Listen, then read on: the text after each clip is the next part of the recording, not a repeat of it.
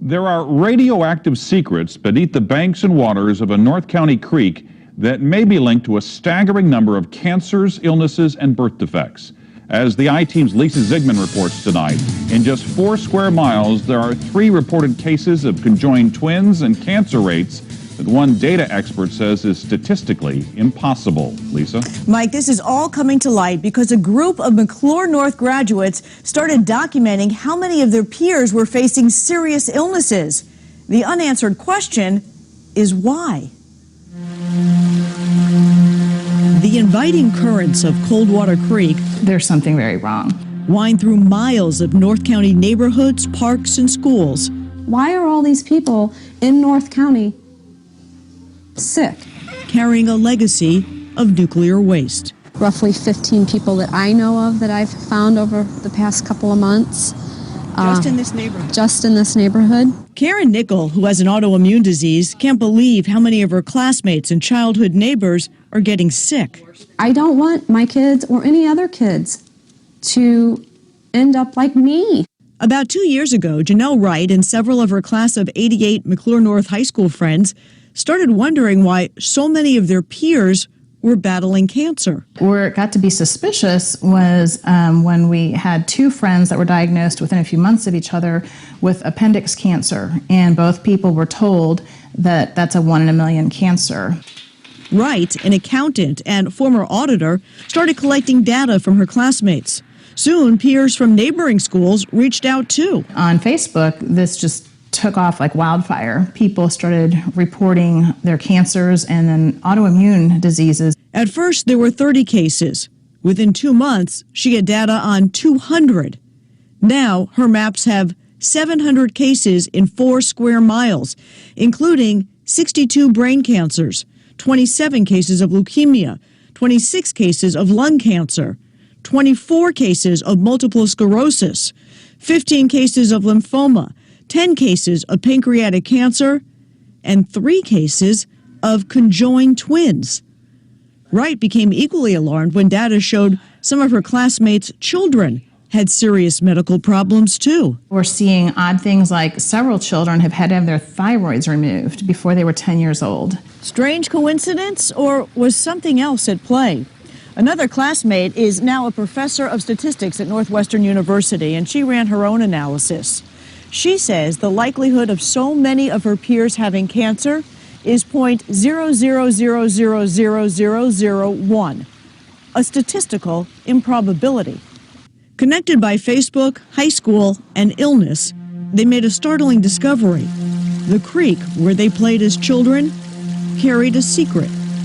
In the 1940s, Mallinckrodt Chemical Works in downtown St. Louis purified thousands of tons of uranium to make the first atomic bombs.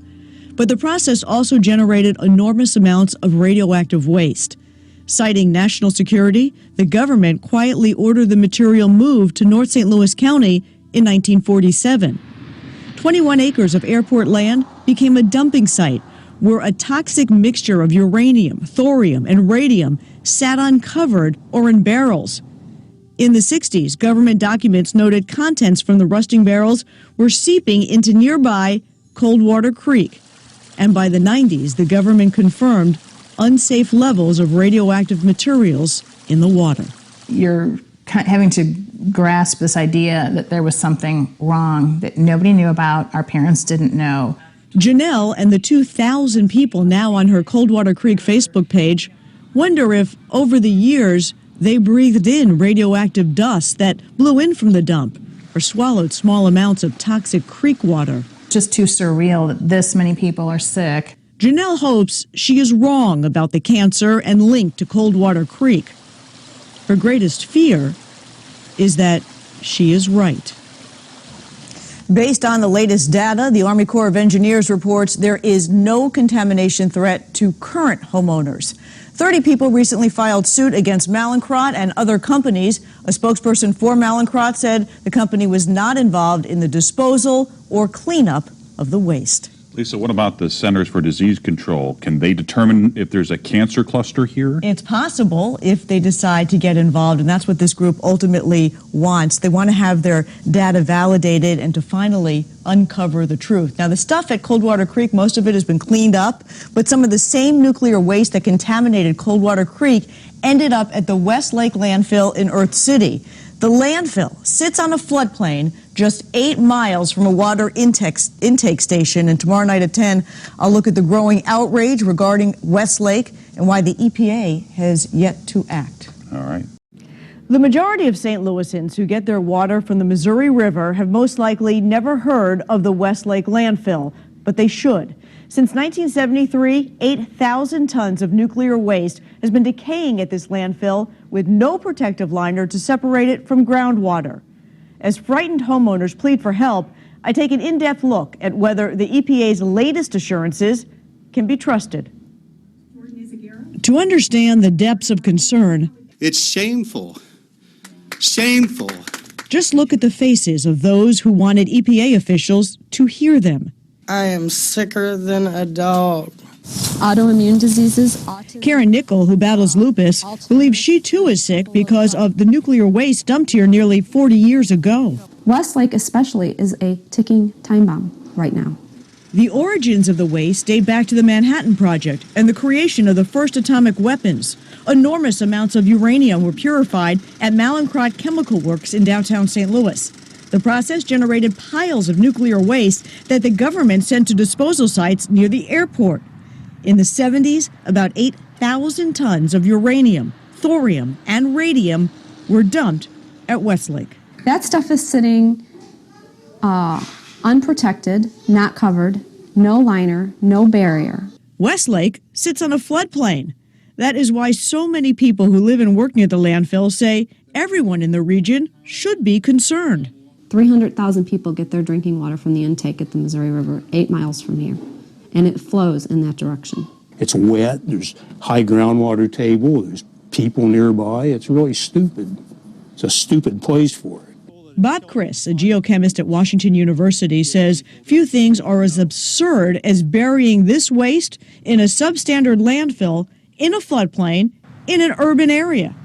This material can kill you and you don't even know practically until you're dead.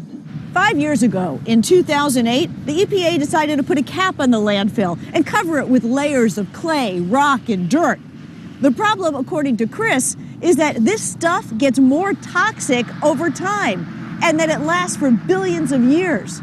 There was such a public outcry that the EPA wasn't moving the stuff out of Missouri that the agency decided to conduct more tests. The latest test, made public 2 weeks ago, showed 25 wells are contaminated with high levels of radium. Do you understand how alarmed the public is with this radioactive material in a floodplain in an urban area? People are not drinking the water that has the low levels of radium at the site. What about air? What about breathing it in? The radon comes out of the ground everywhere. It's a naturally occurring element. It does come out of the ground a little bit more from this landfill, but it dissipates pretty quickly. Those at this meeting were not comforted by what the EPA had to say, especially because those water samples were taken this summer during the drought. And the government paid the companies responsible for cleaning up the mess to conduct the tests. And I guess me, just being a plain old citizen, thinks, okay, well, if you know it's dangerous, chop, chop, get it done. The EPA plans on doing more tests before issuing a final decision. One quick note about my report last night into the contamination of Coldwater Creek. The Facebook page that has been set up to collect cancer data was inundated after the story aired. In 24 hours, nearly 1,000 new visitors registered on the site to learn more. Tense moments for residents who live near the Bridgeton landfill. A fire broke out at the dump this morning, raising concerns about safety. Tonight, fire officials want to know why they were not contacted about the fire by anyone at the site. Our main concern was to protect the health and the safety of the community. Pattonville firefighters raced to the Bridgeton landfill, responding to a 911 call. Our officer arrived on scene, found a heavy plume of smoke along with fire. It was enough to black the sky for a little bit, and we did have some flames that shot pretty high up into the air. A fire broke out at the southern end of the dump near the drainage ditch area. It's believed to have been caused by a break in an air line, which allowed oxygen into an area under the liner. They had a mechanical failure with their well system that built up air and gas, and when that found an ignition source, it lit off. It burnt up some of their infrastructure. The fire was put out by technicians who are supposed to monitor the landfill 24/7 and contact first responders in the event of an emergency. I don't know what happened, what their thought process is. I can only tell you that we were not notified the way we should have been. Residents concerned about their safety called firefighters and their political representative. They deserve the right to live in their home comfortably and safely and know that every morning they don't have to look out the window to see if something's going on. And if something is going on, first responders will be contacted by someone from the landfill, so they'll know what they're facing. Fortunate for us, there was nothing serious in nature that we had to evacuate or do anything like that, but it's a constant reminder that it's out there and we have to be prepared for it. A spokesman from the Bridgeton landfill released a statement saying, in part, as part of our investigation into the origin of the surface fire, we will conduct an after-action review of the entire incident to include notification of and coordination with first responders. The EPA was on site at the time of the incident. Missouri Attorney General Chris Koster and other elected leaders raised concerns about the extent of radioactive material at the West Lake Landfill. It's based on preliminary testing in November. Contact 2's Benita Cornude is here with more. Benita? Well, elected officials were briefed by the Environmental Protection Agency Region 7 office. Results of radiation detection raised some concerns. Radioactive material was illegally dumped at West Lake in 1973. A barrier wall is planned to stop the approach of an underground smoldering event at nearby Bridgeton landfill. But before that can happen, radiation probes have to determine just where the radioactive material is located. Following the first round of testing, the Missouri Attorney General and others have noted the presence of the radioactive material in areas that had not been mapped in the past. I talked with the Assistant Chief for the Pattonville Fire Protection District about getting the Army Corps of Engineers involved. Is it possible that the radioactive material that's there, once it is encountered a smoldering fire, is it released into the atmosphere?